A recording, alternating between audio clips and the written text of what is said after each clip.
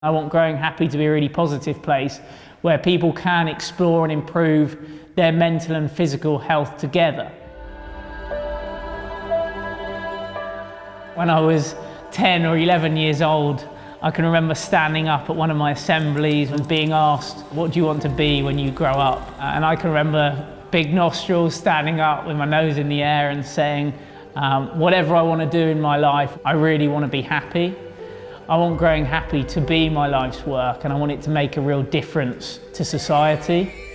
Being able to connect with these wonderful people from all over the world, from neuroscientists to psychologists to Tibetan nuns to Lady Gaga's yoga teacher, and bring their ideas to people in a clear structure so that they can actually incorporate those ideas and those visions into their daily life.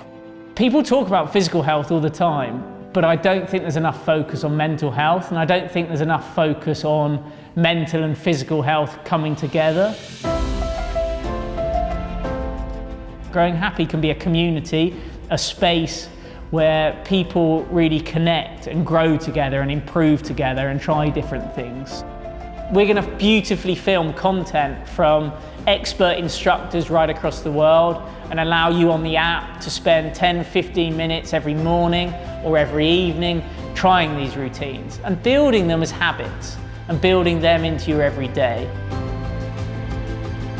A good friend of mine, she said the world has lost its ability to smile, and I think that's quite sad, but it's also true in some ways.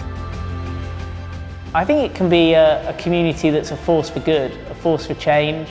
I think it can inspire you, and I think it can inspire others.